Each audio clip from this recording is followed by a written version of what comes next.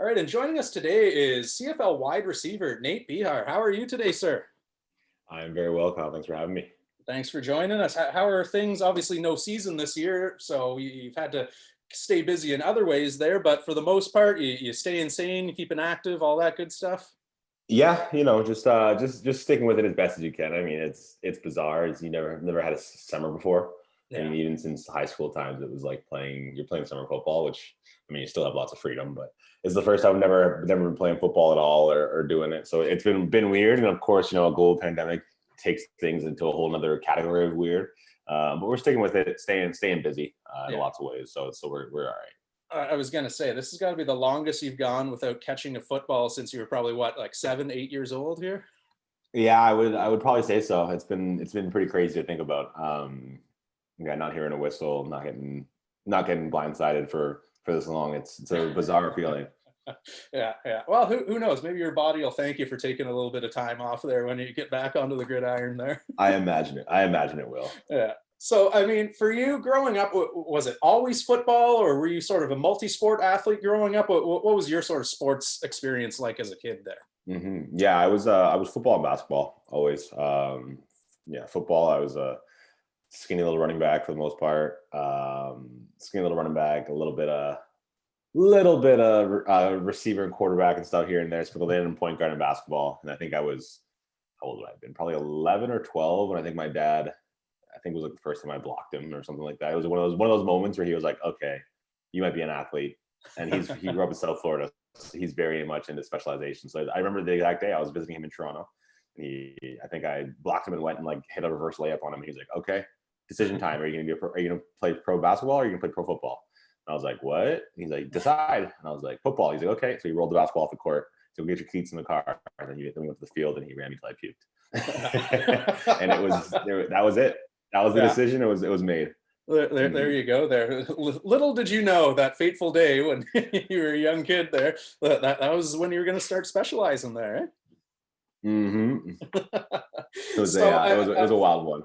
yeah. So, I mean, at what point was it that obviously Dad sort of had an inkling of your abilities a little bit earlier on there, but at what point was it for you that you started to really think like, you know what? Post-secondary scholarship or going pro or all these things started to become sort of a reality there, because obviously every kid grows up thinking they're going to the show, Mm-hmm. and a very, very minute amount of them actually make it there. When was it that it started to click for you that, you know what, if I sort of focus and dedicate myself to this is a realistic shot? Yeah, I mean, I think you kind of hit on the head. Like, I always thought I was just going to. There was never really. My family did a very good job of making me feel special. I think they tease me now because I think they did too good of a job at it. They used to laugh. I used to get teased when I was like 16, 17. That they'd be like, "We created Frankenstein's monster with this. We made him believe he was too special. Oh no." So I do think that there's always like that belief that you could do it, and then I mean, substantively, like probably like my grade 11 or grade 10 year, I was pretty darn good. Like for junior level, didn't do anything grade 9. So I'd say probably grade 10. Was just playing quarterback, but realized that I was, decently athletic compared to everybody. I was super skinny. I was like 110 pounds probably, but could run and all that sort of stuff. And I think the one that solidified it was, grade 11, getting to move up to the big boys, and like didn't do a lot in games as a receiver and stuff, but just, practicing with them and having the older guys be like, "Oh yeah, you're going to be all right. Don't worry." And they just nurturing you. That's sort of that stamp of approval is like, okay, so there is something there. Just got to learn what a weight is. Got to learn how to eat, and we'll get there. Yeah, pack on a couple of pounds there at Exactly. least. So, I mean, you were one of the top-ranked wide receiving prospects in the country when you signed your letter of intent there, and ended up going to Carleton, who at the time had just come off a long layoff of not even having a football program. So a little bit of a leap of faith on your part there to end up signing with this rebooting program. What was it about you that sold you on the program, the coaching staff, the university? I mean, I think it kind of goes back to that what I was touching on before. Like I just truly believe that whatever we did was gonna work itself out. And then it was just sort of the excitement of the opportunity. I mean, I can't say enough about the coaching staff. how fortunate we were to have, 7 or 8 all full-time coaches, Coach Samara, Coach Beck, Coach Asselin, Coach Jacoby. Like, they were just, I believed in them. I think the moment that sold me was like coming to visit Ottawa, and they were just tucked away in athletics, and our locker room wasn't even built yet. They were just tucked away in some offices, and like just the way they interacted, how excited they were, I could feel it was like a legitimate, just like the guys working together towards something. And I was like, yeah, I can work with this. And then, it was on top of that was just sort of like, when would you ever get the chance to start something from scratch in sports? Like, when would you get to, when's the next time you ever going to get to start a program? It'd be great to go be a purple pony and, maybe win a walk to a Yates or walk to a Vandy or something like that with Western or, or Guelph at the time or Mac and all these things. But there's definitely things more important than just that. And building it yourself with a group of guys was too much to pass up. Yeah.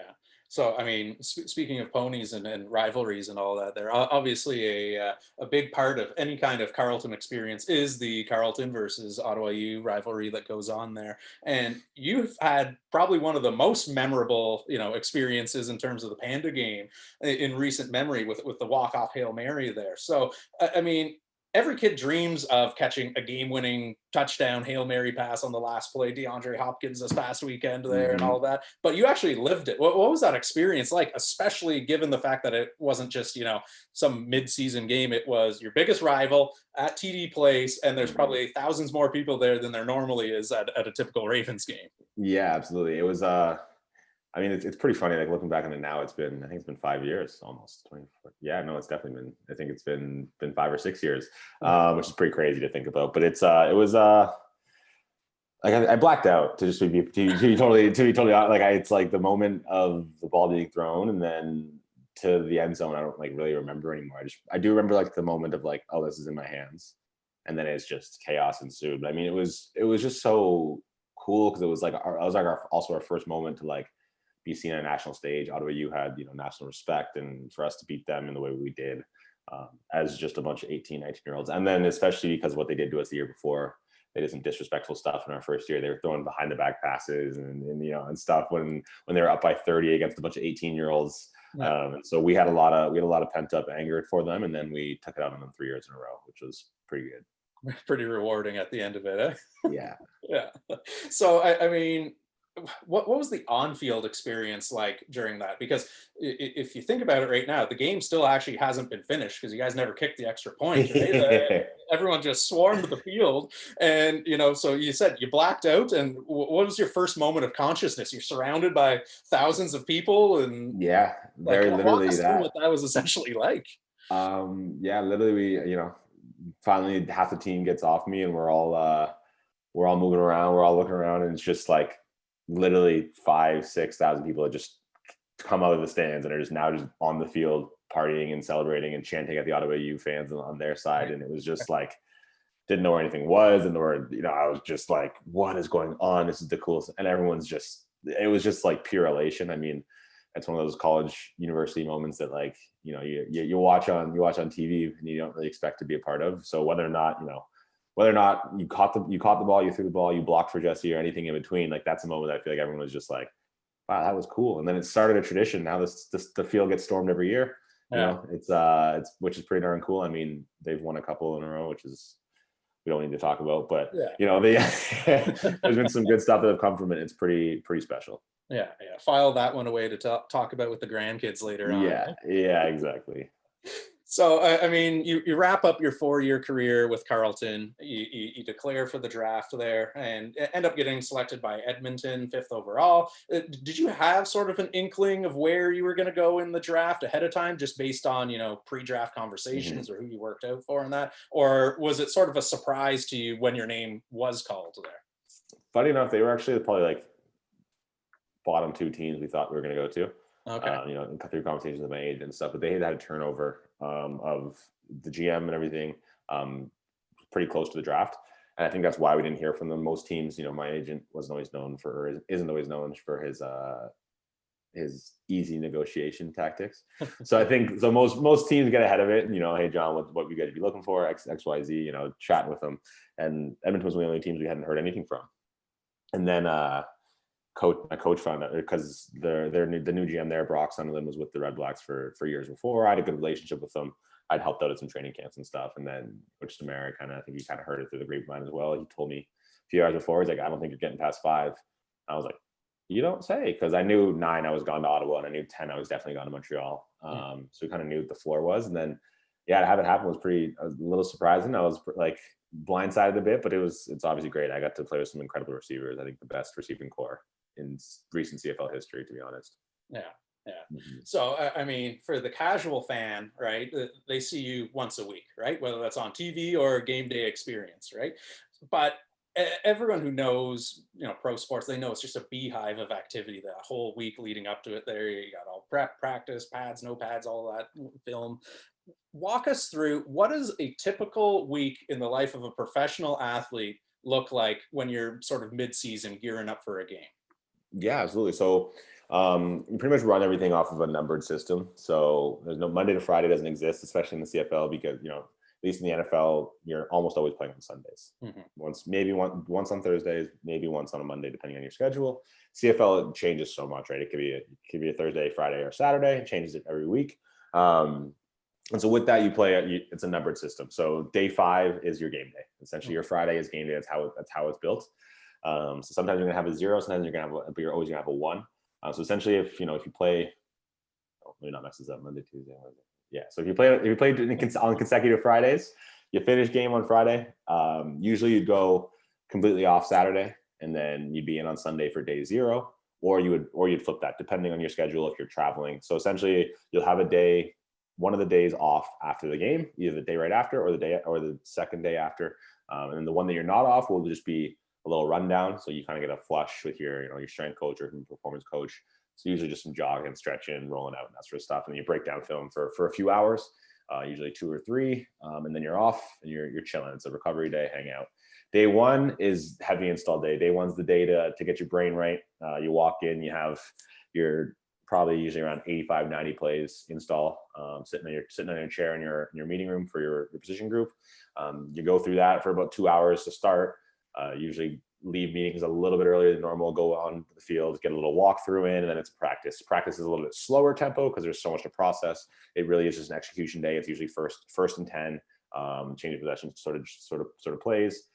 Day 2, we start looking at second down, so you get another 30, 35, 40 plays depending on your coordinator.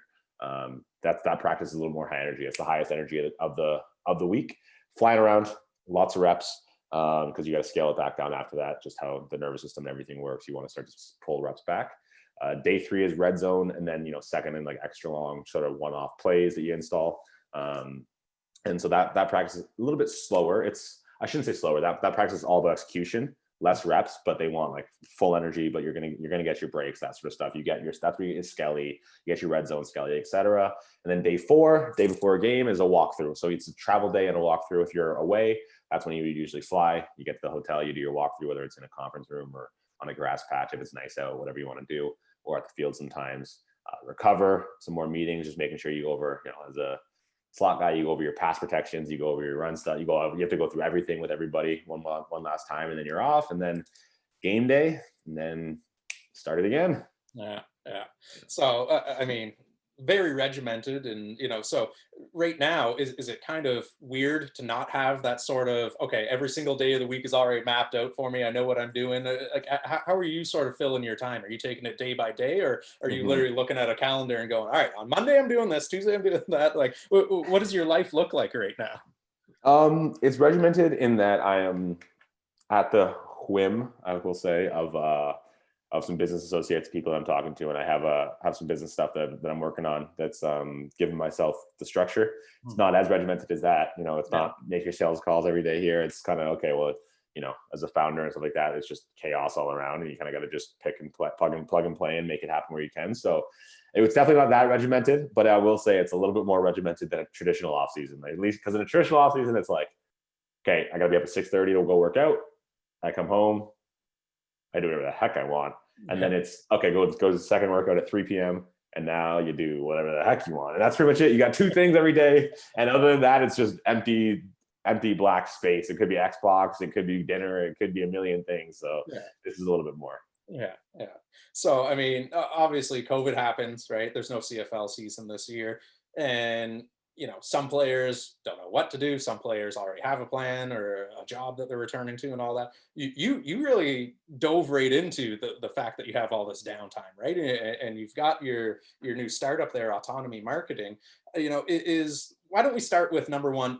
What is it? And Mhm. number two, why was this such a passion project for you to launch? Yeah, absolutely. So one, what it is, I'll put my pitch face on. Autonomy Marketing is an influencer marketing platform to help brands and businesses find, engage, and launch ad campaigns with influential athletes faster. The all-in-one solution. It's a streamlined turnkey solution, web-based platform, and a mobile platform that helps these brands and athletes find one another, make the correct fit, create relationships. They can chat, they can negotiate everything within our platform. We handle legal, we handle content approval, we handle payment, and the like, all in one spot. The idea really came organically. I mean, in the winter of last year, I had a couple different friends, two or three of them, reach out at different times over the course of a few weeks, like, hey man, I'm starting something. Like, think when it's time, like you could help me get some athletes, or help me get some influencers, like to, help promote my brand. And yeah, of course, they're my good friends. And then second one happens, yeah, of course. And the third one happens, and it's like, yeah, of course. But Starting to see a why is pattern there here. exactly why is there not a first Google search that you type in that pops up? And so I started doing some research. This was around January, February. I kept calling my one friend who's my partner now, Cole. And it's when I call him about something like that, he's very like, okay, you have a million ideas before breakfast. Yeah. But he's like, hey, I love your excitement. Make a business plan, then we'll chat. So essentially, started to look at it. I started to look at influencer marketing. I wasn't exactly sure where to focus. I hadn't nailed down yet that athletes were the best pathway in. I think I knew, but I hadn't put it into thought. And then I also realized that everybody operating in this space was operating at a price level that's up here. And if you can't see me because you're listening, it's way above your head. Is what I'm trying to say. We're talking Yeah, thousands of dollars his a month. hand's pretty high right now for those Yeah. listening to the audio. I'm talking like $1,000 a month licensing fees. They bring $1,000 to the table to work with their influencers, all this sort of stuff. And I was like, okay, well, yeah, Coca-Cola can afford that, or Nike, or Adidas, whatever. But what about the hundreds, if not thousands, of small and medium-sized businesses that are great businesses? Like, we say small to medium in the business world because compared to the largest ones, they're small, but Yeah. they're not small to you and I. Like, they're Yeah. still incredible businesses that just don't carve out that much of their money for marketing. Mhm. And then with that, these Nike and Adidas, they don't really want all the athletes, and especially in Canada where we don't, aggrandize athletes to the same level. They might not be, knocking down doors to go get some of these athletes and Olympians and people in the fitness, health, and wellness industry that some of these small to medium-sized businesses would create incredible relationships with, that would last long times and get and bring real value. So I thought, how do you create something that prices itself properly for them so that they have access to influencer marketing? Because it should be easy. It's a simple process. Mhm. And then which sort of vertical or niche of influencers matters and is impactful. And then I got hit over the head with it, with like the most obvious duh. This should have had a V8 commercial kind of feeling of like Yeah. bonky on the forehead of like, engagement rates of athletes are like 3x, 4x times as high as any other niche of influencers or social media profiles around. It's just a known fact. Mhm. And I started doing some customer discovery, asking brands, and businesses don't even know where to go to start getting athletes. Like, the reason they don't use them, the reason they just are okay with a beauty blogger, or more maybe like a mommy blogger. I don't know if that's the right term, but just run of the mill influencers with their acid washed IG profiles and stuff like that. Like, it's because it's just, who do I call? Do I call an agent? Do I call a manager? Do I call like a concierge service? Do I call the team themselves? Do I have to communicate their league or their PA? And for the most part, Unless they physically know that yeah, athlete or they have someone who's related to them, they don't know where to start, right? exactly. And for the most part, it's just like, no, you don't. I mean, if you're trying to get LeBron, yeah, you have to call every single one of those people and his best friend and Rich Yeah. Paul and maybe his mom. Like, but for the 11th, the 10th, 11th, and 12th guy on the Lakers, the 7th through 12 on the Raptors and NHL, all these different things, like, a lot of them would be fine. They just want to have a conversation, Mhm. and that's sort of where we started, and that's where we're going. Nice, nice. So, I mean, you mentioned that this sort of came on recently there, but was this something that, had there been a CFL season this year, do you think no matter what, this was going to launch, this was going to be something you were going to dive into head first? Or was it because of the fact that you suddenly found yourself with all of this time on your hands all of a sudden, that it sort of came about organically that way? So I guess the question would be, was this something that was coming this year come hell or high water, Mhm. or because of the opportunity that COVID sort of threw a wrench into your main plans of actually being a football player, you were able to devote a little bit more time to this? I think both. I think it's hard to say where we would be right now Mhm. with it had everything not shifted. But we did. I'm very much my favorite quote ever, and it's the dumbest quote ever. But Coach Samara once said it in a locker room chat, or in like a yelling at us kind of chat, and it's stuck with all of us forever. Is you can't be half pregnant. You're either pregnant or you're not. So in March, or sorry, February, when I started the business plan, in March started bringing some team members in, and now we were a founding team. And April 1st, and everyone had told me, I was like, God, like, dude, we don't need to do this yet. But I was like, no, we're doing it because that makes it real. So we incorporated in April, because so I was pretty much just like, whether or not I go play football, this is a business. It's federally incorporated. We're paying for it. There's taxes. Like, everything is real. So it was going to happen. I do not think that it would be where we're at right now, which is launching in 2 weeks, and so this incredible traction we've had and all these different things without COVID. But it was coming. It's obviously would have taken a back seat during the season, but we were going to try to push through, which would have been interesting. Yeah, yeah. Would have had a lot of competing interests if you hadn't been on Yes. the field at the same time. Yes, exactly. Yeah. So, I mean, what has the startup experience been like for you? Like what have been some of the things that, you maybe weren't aware of ahead of time that you had to sort of learn on the fly? And, how rewarding has it sort of been to be able to, have this quote unquote business baby on your hand? Yeah, it's so like it's every single day.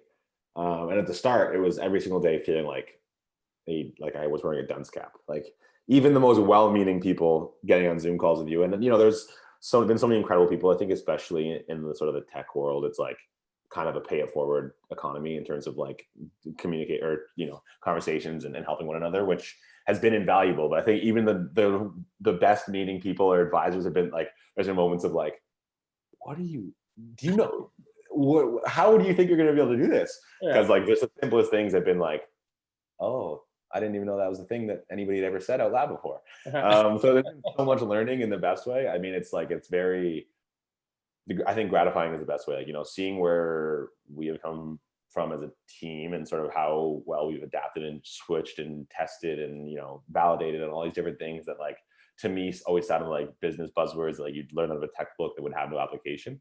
And now you're kind of like, oh, okay, yeah. So there's a reason they teach that sort of stuff. Yeah. Okay, yeah. That's not just like a self-help book, There's quote that method to someone's. the madness. Exactly. There's a definite method to the madness, and I think sort of grasping with that and grappling with it without compromising our mission and what we want to do has been awesome. And I really do think that, like, the closer we get to launch, and the more our product roadmap is built out, and sort of we see where our fit is in this whole industry, because sports marketing it's big, but it's not. I think, like, there's a real chance for us to disrupt some stuff that's antiquated and not necessarily always the best for the athlete. And that's not to step on toes or move people out of the way, but I think it's just to usher in a little bit of a new, the way that it's going other way. I think I'm just excited to sort of be ahead of it, and hopefully be the people in Canada that sort of bring what's obviously coming to the forefront. Influencer marketing is coming, and it's time to just dive head first.